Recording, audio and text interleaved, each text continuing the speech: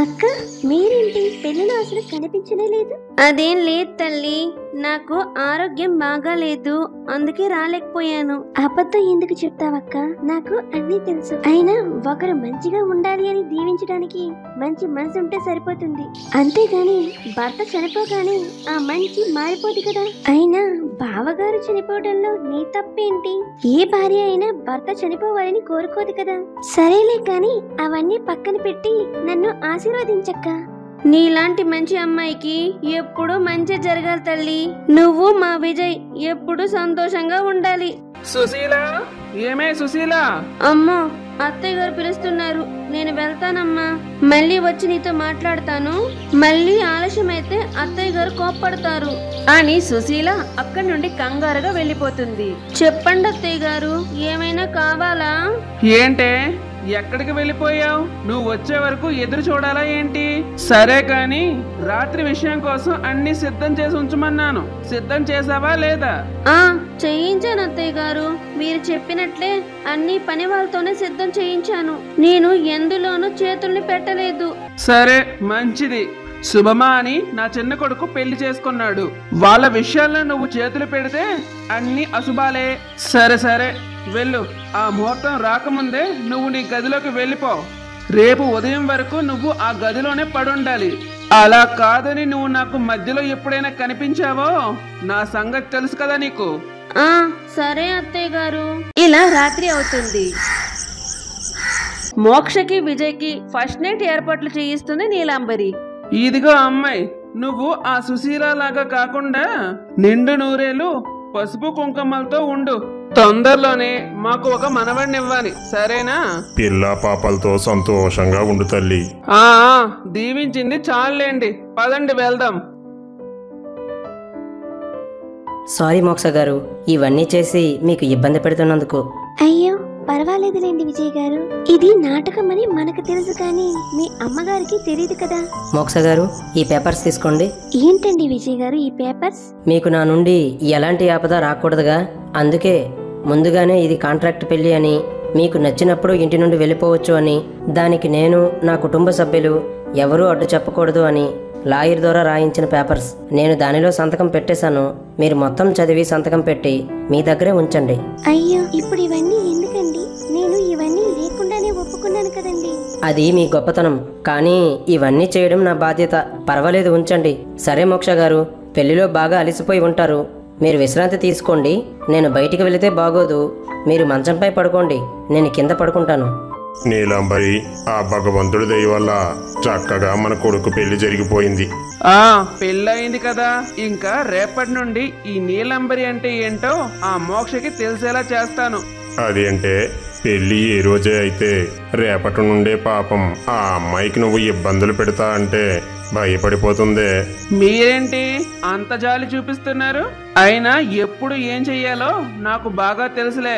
సరే వెళ్ళండి, వెళ్ళి తొందరగా నిద్రపోండి, నాకు సలహాలు తర్వాత ఇవ్వచ్చు. వెళ్ళు వెళ్ళు, రేపటి నుండి నువ్వు తనకి ఇబ్బంది పెట్టడం కాదు, తానే నీకు చుక్కలు చూపిస్తుంది. అలా మరుసటి రోజు ఉదయం. ఏంటమ్మాయి, ఏం చేస్తున్నావు? ఏం లేదత్తయ్య గారు, ఆఫీస్ కి రెడీ అవుతున్నా. ఏంటి ఆఫీస్ కా? ఎవరు వెళ్ళమని చెప్పారు నిన్ను? అదేంటత్తయ్య గారు, అది మన ఆఫీసే కదా, ఇంకా ఎవరిని అడిగి వెళ్ళాలి? ఇదిగో అమ్మాయి, నీకు నా గురించి అంతగా తెలిసినట్లు లేదు. పెళ్లి అయ్యాక కూడా పలానా నీలాంబరి కోడలు ఉద్యోగానికి వెళ్తుంది అంటే నలుగురు ఏమనుకుంటారు? అయినా చక్కగా పెళ్లి చేసుకున్నాక అత్తామామలకి వంట వరపు చెయ్యాలి, అంతేగాని ఉద్యోగం వెలగబెడతానంటే కుదరదు. నాకు వంట రాదత్తయ్య గారు. మరి ఏమొచ్చు? నోరు వేసుకుని పడిపోవడం వచ్చా? ఆ రోజు గుడిలో అన్ని నీతులు చెప్పావు, మరి వంట వరపు రాదే? అయినా రాదు అన్న మాత్రాన వదిలేస్తానా ఏంటి? ఏమే సుశీల, ఇలా రా ఒకసారి.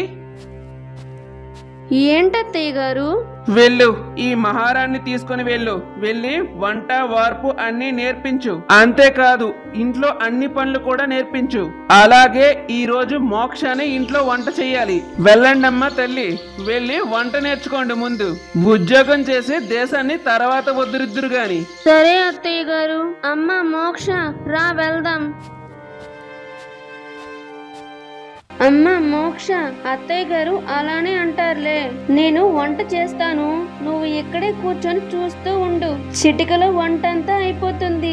భయపడకు, అత్తయ్య గారికి నువ్వే వంట చేసావని చెప్తానులే.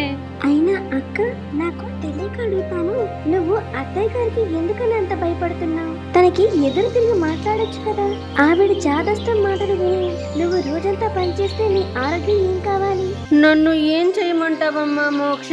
నా భర్త ఎప్పుడు తాగుడికి బానిసై తన అమ్మ మాటకి ఎదురు చెప్పేవాడే కాదు. నేను ఏం చెప్పినా పట్టించుకునేవాడే కాదు. అలా అని నా భర్త మంచివాడు కాదు అని కాదు, తల్లి మాటకి మాత్రం ఎదురు చెప్పలేకపోయేవాడు. అందుకే నేను అతని మాటని కాదు అనలేకపోయేదాన్ని తల్లి.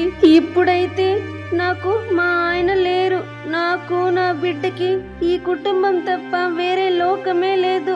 నాకంటూ తల్లి తండ్రి ఉన్నా వాళ్ళ దగ్గరికి వెళ్ళలేని పరిస్థితి నాది. అంతేకాదమ్మా, విజయ్ మామయ్య గారు నన్ను ఎప్పుడు ఏ మాట అనేవారు కాదు. నిజానికి మామయ్య గారు నన్ను ఒక కూతురు కంటే ఎక్కువగా చూసుకుంటున్నారు. విజయ్ అయితే నన్ను ఒక తల్లిలా భావిస్తున్నాడు. ఇంతకంటే నాకేం కావాలి తల్లి? రేపొద్దున్న నాకు బిడ్డ పుట్టినా వాడిని అల్లారు ముద్దుగా పెంచుకుంటారు. ఇంకా అత్తయ్య గారు అంటావా? ఆవిడకి కొడుకు చనిపోయాడనే బాధ. ఆవిడ వయస్సు చాదస్తం వల్ల తన బాధని ఆపుకోలేక అది కోపం రూపంలో నాపై చూపిస్తూ ఉంటారు. అయినా అత్తయ్య గారి మాటలకి నేను ఎప్పుడూ బాధపడలేదు తల్లి. ఎందుకు అంటే ఆవిడ నా తల్లి లాంటిది. ఒకవేళ నా తల్లే ఆ మాటలాడితే నేను బాధపడతానా? అత్తయ్య గారిని ఎప్పుడు నా తల్లిగానే భావించాను. ఇంత బాధని మనసులో పెట్టుకుని సాధారణంగా ఎలా ఉంటున్నావక్క? అత్తయ్య గారు అన్ని బాధలు పెడుతున్నారు, అయినా ఆవిడ మంచిది అని చెప్తున్నావు. ఈ మాటలు చాలు, నీ మంచి మనసు ఏంటో అర్థమవుతోంది. నువ్వు ఏం బాధపడకలే అక్క. ఈ మోక్ష వచ్చింది కదా, ఇకపై అన్ని నేను చూసుకుంటా. సరే అక్క, వంట ఎలాగో నాకు రాదు, కనీసం కూరగాయలైనా కట్ చేస్తాను, ఇవ్వక్క. ఏమే సుశీల, వంట చేయడం నేర్పించవే అంటే వంటగదిలో ముచ్చట్లు పెట్టుకుంటారేంటే?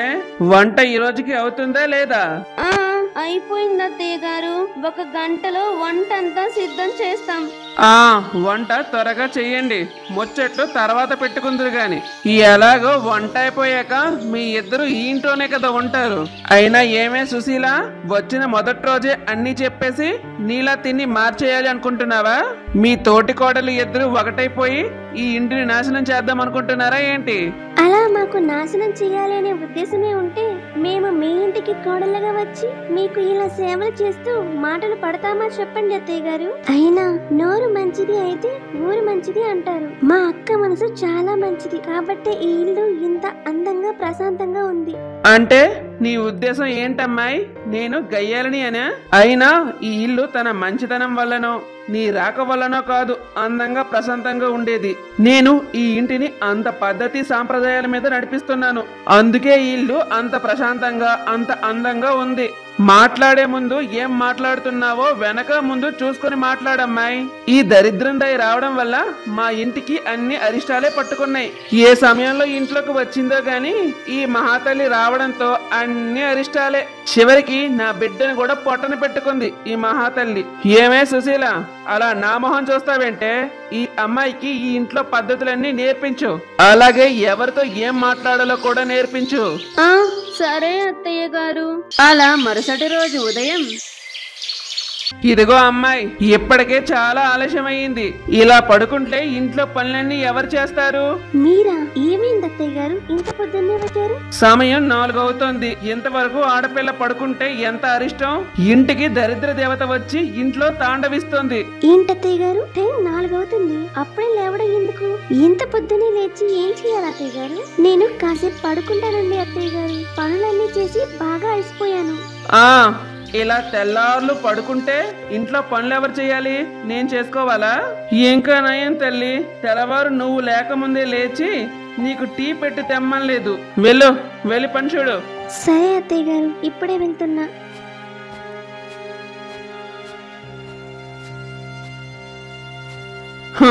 ఈ నీలాంబర్తో అంత సులువు అనుకుంటోంది. నాతోనే గొడవ పడతావా? నన్నే నలుగురు ముందు అవమానిస్తావా? నీకు ముందు ముందు ఈ నీలంబరి అంటే ఏంటో తెలిసేలా చేస్తాను. నా పేరు ఎత్తితేనే భయపడిపోయి గజగజ వణికిపోయేటట్టు చేస్తా. నేను కనబడితే చాలు 3 చెరువులు నీళ్లు తాగేంత భయపెట్టిస్తా. ఈ నీలంబరి అంటే ఏంటో, ఈ నీలంబరి అత్తగా ఉంటే చేసే పెత్తనం ఏంటో నీకు తెలిసేలా చేస్తా. నిన్ను నా కాలి కింద చెప్పులా మార్చి నన్ను ఈ ఊర్లో నలుగురు 4 విధాలుగా అన్నారు కదా, వాళ్ళందరూ నన్ను చూసి నోటి మీద వేలేసుకునేలా చేస్తా. ఊరంతా నన్ను చూసి అనుకోవాలి ఈ నీలంబరి సామాన్యురాలు కాదు అని. అలా చేయకపోతే నా పేరు నీలంబరియే కాదు. అక్క నువ్వెప్పుడు లేచావు? నేనా? ఈ ఇంటిలో ఎవ్వరూ లేవకపోయిన ముందే నేను లెగుస్తాను. నేను లేచేసరికి 3 అయిందమ్మా మోక్ష. ఏంటక్క 3 గంటలకి నిద్ర లేచావా? ఏం పని ఉందనక్క అంత తొందరగా లేచావు? అసలే నువ్వు ఒట్టి మనిషివి కూడా కాదు, కొంత సమయం పడుకోవాల్సింది కదక్క. అమ్మో, అత్తయ్య గారికి తెలిస్తే నన్ను చంపేస్తారు. ఆవిడ నా పెళ్లి అయినప్పటి నుండి అందరికంటే నువ్వు ముందు లేవాలి అని చెప్పారు. లేవకపోతే ఇంకా అంతే సంగతులు. అక్క నాకు తెలియక అడుగుతాను, ఇది ఇల్లా లేక జైలా? ఎందుకని ఇన్ని రూల్స్ పెట్టారు? మనుషులనే వాళ్ళు ఇన్ని రూల్స్ పాటించాలి అంటే చాలా కష్టం అక్క. నిజానికి నాకు ఈ సమయంలో లేచే అలవాటే లేదు. నాకైతే చాలా నిద్ర వస్తుంది తెలుసా. ఏంటో నేను పెళ్లి చేసుకున్నానా లేక జైల్లో ఖైదీగా మారానో అర్థం కావటం లేదు. అమ్మా మోక్ష, ఇవన్నీ నీకు కొత్త కదా, నెమ్మదిగా నువ్వే అర్థం చేసుకుంటావులే. సరే, నువ్వు ఒక పని చెయ్యి. నీకు నిద్ర వస్తోంది అంటున్నావు కదా, నువ్వు ఈ వంటగదిలో ఆ మూలన పడుకో. అత్తయ్య గారు ఇటు రాగానే లేపుతాను. అమ్మా మోక్ష, ఏం చేస్తున్నారు తల్లి ఇక్కడ? ఏం చెప్పమంటారు మామయ్య గారు? అత్తయ్య గారు హాస్టల్ వార్డెన్లో మమ్మల్ని 4 గంటలకే లేపేశారు. ఏమైనా అడిగితే ఇంట్లో పనులు ఎవరు చేస్తారు అంటారు. నిజానికి ఇంట్లో అంత పని ఉంది. పాపం సుశీల అక్క నాకు ఏ పని చేయనివ్వటం లేదు. అన్ని పనులు తానే చేసుకుంటుంది. ఆ నీలాంబరి అంతేనమ్మా, తాను ప్రశాంతంగా ఉండదు, ఇంట్లో వాళ్ళని ప్రశాంతంగా ఉంచదు. పాపం కొత్తగా వచ్చిందిగా కోడలు అనే జాలి కూడా లేదు. ఏమండి ఏమండాయ్? అదిగో పేరు తలుచుకున్నానో లేదో అప్పుడే పిలుపు వచ్చింది. ఉండండమ్మా, వెళ్ళొస్తాను. దీని చేదస్తం కాదు గాని ఈ వయసులో వేగలేక చస్తున్నా. ఏంటి నీలాంబరి? ఏమండి, మీరు వెంటనే వెళ్ళి పంతులు గారిని కలవండి. ఆయన చెప్పిన సామాన్లన్నీ తెప్పించండి. మళ్ళీ పంతులు గారి దగ్గరకా? ఎందుకే? పెళ్ళయింది మొన్నే కదా, ఇంకా ఏం పనులు పూజలు ఉన్నాయి? అలా అంటారేంటండి? విజయ్కి పెళ్ళయింది కదా, కోడలితో వ్రతం చేయించాలి కదా. మన పెద్ద కొడుకు రాముకి పెళ్లి చేసినప్పుడు ఆ మహాతల్లి వల్ల వ్రతం ఆగిపోయింది. అందువల్లే కదా మనకి ఇన్ని అరిష్టాలు. నువ్వు చేయించే పూజల వలన పూరి గుడిసెలో ఉండే పూజారి ఇల్లు కట్టుకున్నాడే. ఇలాగే నువ్వు పూజలు చేయిస్తూ పోతే పూజారి ఇంటికి మన ఇంటికి పూజారి రావాల్సి ఉంటుంది. అయినా అస్తమానం ఆయన ఇంటికి ఏం వెళ్తాంలే గాని మన ఇంటిలోనే పూజారికి అతని కుటుంబానికి ఒక గుడి ఏర్పాటు చేయిస్తే బాగుంటుంది. నాకు ఇలా ప్రతిసారి పూజారి ఇంటికి తిరిగే పని అయినా తప్పుతుంది. మీరు కాస్త ఆ అధిక ప్రసంగం ఆపితే బాగుంటుంది. మర్యాదగా వెళ్ళి నేను చెప్పిన పని చేయండి. మీకు ఈ మధ్య వెటకారం బాగా ఎక్కువ అవుతుంది. వెళ్ళండి. ఏంటి వెళ్ళేది? ఈ సమయంలో వెళితే ఊరిలో వాళ్ళందరూ పూజారి ఇంటిలో దొంగలు పడ్డారు అని నన్ను చితక్కొడతారు. కాస్త సమయం అయ్యాక వెళ్తాంలే. అబ్బా అమ్మా, ఏంటమ్మా తెల్లవారే మొదలు పెట్టేశారు? ఏంటి నాన్న, ఎప్పుడు ప్రశాంతంగా ఉండరా ఈ ఇంట్లో?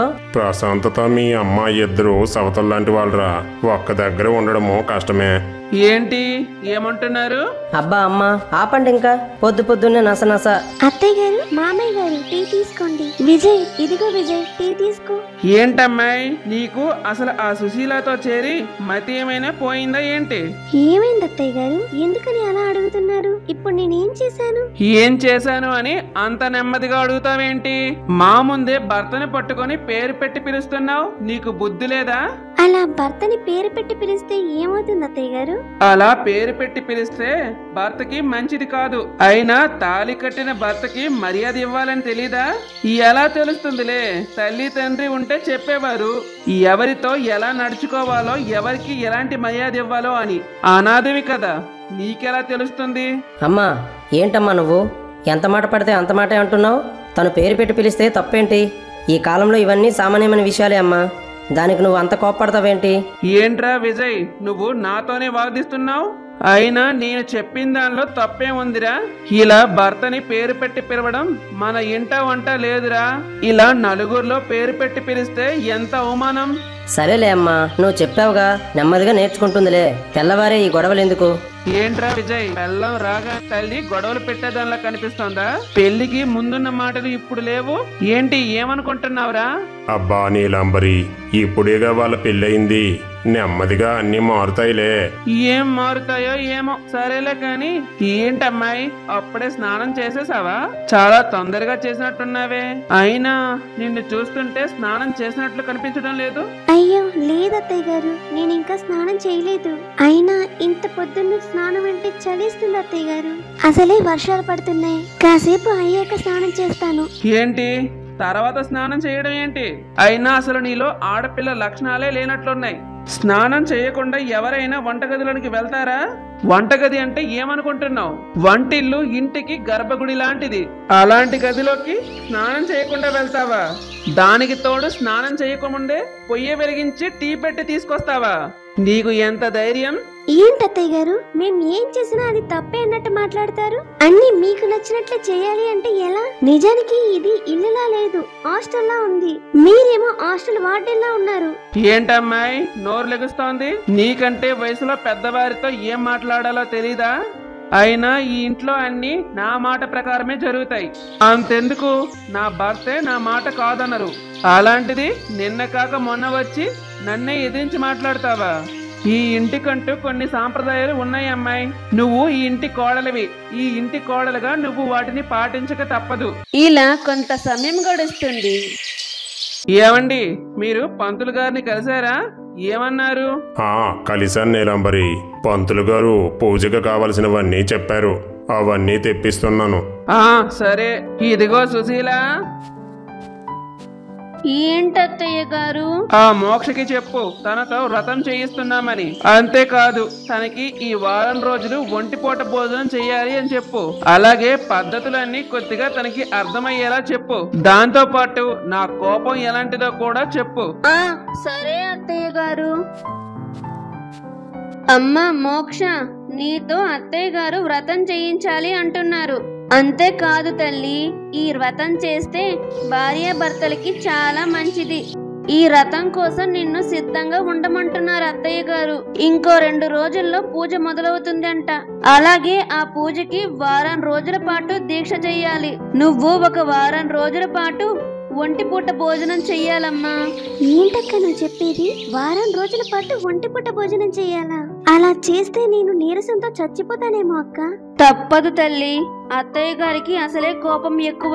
తన చెప్పిన మాట కాదు అంటే ఇంక ఊరుకోరు. సరే మోక్ష, నాకు వంటగదిలో పని ఉంది, నేను వెళ్ళి వస్తానమ్మా. మళ్ళీ వంట ఆలస్యం అయితే అత్తయ్య గారు కోప్పడతారు.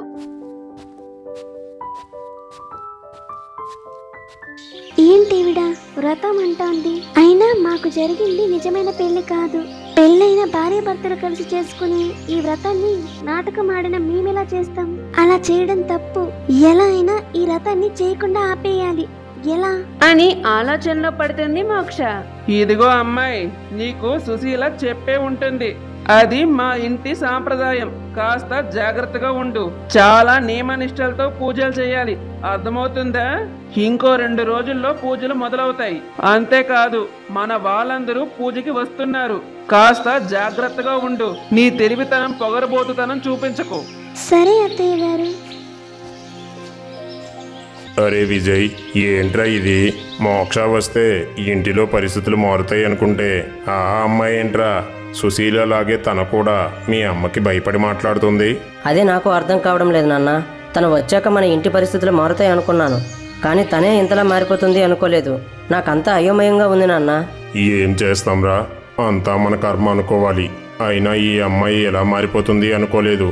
సరేలే, అసలు ఏమైందో ఒకసారి ఆ అమ్మాయిని కనుక్కోరా. పాపం సుశీల కష్టాలు తీరుతాయి అని ఈ అమ్మాయిని పెళ్లి అనే పేరు మీద ఈ ఇంటికి తీసుకువచ్చాం. తీరా ఈ అమ్మాయి కూడా మీ అమ్మ చేతిలో కష్టాలు పడుతుంది. అలా ఆడపిల్లని బాధ పెట్టడం తప్పురా. అయినా మన స్వార్థం కోసం ఈ అమ్మాయిని ఇక్కడికి తీసుకుని వచ్చాం. కానీ మీ అమ్మ తన పంతానికి ఆ అమ్మాయికి రోజు రోజుకి నరకం చూపిస్తుంది. మీ అమ్మ సంగతి తెలిసిందే కదరా. మోక్ష చెప్పలేకపోతుంది కానీ మీ అమ్మ చాలా బాధలు పెడుతుంది. నువ్వు చెప్పింది నిజమేనన్నా. నేను వదిన బాధ చూడలేక మోక్షని ఇంటికి తీసుకొచ్చాను. కానీ ఇప్పుడు మోక్ష కూడా నా వలన బాధలు పడుతుంది. అసలు మోక్ష ఎందుకు ఎదిరించలేకపోతుందో అర్థం కావడం లేదు నాన్న. నేను తనని అడిగి అసలు విషయం ఏంటో తెలుసుకుంటాను. మోక్ష గారు, మీతో కాస్త మాట్లాడొచ్చా? ఏంటి విజయ్ గారు, చెప్పండి. మీరు ఇక్కడికి వచ్చి మా వదిన బాధలు తీరుస్తారు అంటే మీరు కూడా మా వదినలా మారిపోతున్నారు. మీరు ఎందుకని మా అమ్మని ఎదిరించలేకపోతున్నారో నాకు అసలు అర్థం కావడం లేదు. మీరు కూడా మా అమ్మకి భయపడుతున్నారా? అదే లేదు విజయ్ గారు, ప్రతిదానికి ఒక సమయం ఉంటుంది. నేను వచ్చిన వెంటనే మీ అమ్మగారికి ఎదురు తిరిగితే మీ అందరి మధ్య మనశ్శాంతి కరువు అవుతుంది. నెమ్మదిగా ఆవిడ పద్ధతులు తెలుసుకొని అప్పుడు నేను ఏం చేయాలనేది ఆలోచిస్తాను. మా కోసం నువ్వు ఆలోచించి అంతవరకు మా అమ్మ పెట్టే కష్టాలను భరిస్తావా మోక్ష? నీకు అసలు ఎలాంటి కష్టాలు తీసుకురానివ్వను అని చెప్పి కష్టాల్లో నెట్టేశాను అనిపిస్తుంది. పర్వాలేదు మోక్ష, మా బాధలు మేము పడతాం. నువ్వు వెళ్ళిపో. నేను ఇప్పుడే అమ్మకి నిజం చెప్పేద్దాం అనుకుంటున్నా. మన పెళ్లి నిజమైన పెళ్లి కాదని. ఆ తర్వాత ఏమైనా పర్వాలేదు. అయ్యో, అంత పని చేయకండి విజయ్ గారు. మీరు సుశీల అక్క గురించి చెప్పినప్పుడు ఏమో అనుకున్నాను, కానీ తను ఇక్కడ చాలా కష్టాలు పడుతుంది. తనని ఇలాంటి పరిస్థితుల్లో వదిలి వెళ్ళడం నాకు ఇష్టం లేదు. తనని ఖచ్చితంగా కాపాడి తీరుతాను. అంతవరకు మీ అమ్మగారికి ఈ విషయం చెప్పకండి విజయ్ గారు. కానీ మోక్ష... ఏం పర్వాలేదు విజయ్ గారు, నేను చెప్తున్నాను కదా, అన్నీ నేను చూసుకుంటాను. కానీ ఇప్పుడు అంతకంటే పెద్ద సమస్య మనకి ఎదురయ్యింది. అది ఏం చెయ్యాలో అర్థం కాక ఆలోచిస్తూ ఉన్నాను. ఏంటి మోక్ష గారు అది? మీ అమ్మగారు ఏదో వ్రతం చేయడానికి ఏర్పాట్లు చేస్తూ ఉన్నారంట. కానీ ఆ వ్రతం పెళ్ళైన దంపతులు చేయాలని అక్క చెప్పింది. కానీ మనం చేసుకున్న పెళ్లి నిజమైంది కాదు కదా. ఆ వ్రతాన్ని మనమిద్దరం ఎలా చేస్తాం? అవునా? ఇప్పుడు ఎలా? పోనీ నేను అమ్మతో మాట్లాడి చూస్తాను ఈ వ్రతం ఏమి వద్దని. వద్దు విజయ్ గారు, మీ అమ్మగారు ఈ పూజని ఎట్టి పరిస్థితుల్లో చేయాలి అనుకుంటుంది. ఇప్పుడు మీరెళ్ళి ఆ పూజ వద్దు అన్నారంటే ఖచ్చితంగా కారణం అడుగుతారు. అప్పుడు మన ఇద్దరిది నిజమైన పెళ్లి కాదు అని తెలిసిపోతుంది. నేనే ఏదో ఒకటి ఆలోచిస్తానండి. ఇలా మరుసటి రోజు ఉదయం, ఏంటమ్మాయి నువ్వు మాట్లాడేది? ఎంత దరిద్రం! చిచి, ఆ సుశీలనే అనుకున్నా. దానికంటే దరిద్రురాల్లా ఉన్నావు నువ్వు. భగవంతుడా, ఎలాంటి కోడలని ఇచ్చావయ్యా నాకు. ఒక్క పూజను కూడా సరిగ్గా చేయలేకపోతున్నారు. ఏమైందమ్మా? ఎందుకు మోక్షని అంతలా తిడుతున్నావు? ఏమైంది అని అంత నెమ్మదిగా అడుగుతావేంట్రా? శుభమా అని వ్రతం ఏర్పాటు చేసుకుంటే నీ పెళ్ళం దాన్ని నాశనం చేసింది. అంతలా ఏం చేసింది? ఇంకా ఏమవ్వడం ఏంట్రా? ఇప్పుడు నీ పెళ్ళం ఆ పూజను చెయ్యలేదు. తను ఇంటిలోకి రాకూడదు. ఏంటో ఈ విడ్డూరం. ఇంటికి వచ్చిన కోడళ్ళందరికీ దరిద్ర జాతకాలే. అయినా ఆ పంతుల్ని అనాలి, ఈ అమ్మాయి అదృష్టవంతురాలని అన్నాడు. కానీ ఒక పూజను కూడా చేసుకోలేనంత దరిద్రురాలు ఈ అమ్మాయి. చిచి! అదేంటి నీలంబరి, అదేమైనా ఆ అమ్మాయి కావాలని చేసిందా? అది సహజంగా ఆడవారికి ప్రతి నెల వచ్చే సమస్యే. దానిలో ఆ అమ్మాయి తప్పేముంది? ఆపుతారా మీరింకా? మీకు ఎప్పుడు కోడల్ని వత్తాసు పలకడమే వచ్చు, అంతకు మించి ఏమొచ్చు? ఈ ఇంటి ఆచారాలు పద్ధతులు మంట కలిసిపోతుంటే ఎవరికి పట్టింపు ఉండదు. చిచ్చి! ఏంటమ్మాయి నా మొహం అలా చూస్తున్నావేంటి? వెళ్ళి తల స్నానం చేసి అక్కడ బయటే నిల్చొని ఉండు, నేను వస్తాను. నాశనం చెయ్యాల్సిందంతా చేసావు కదా.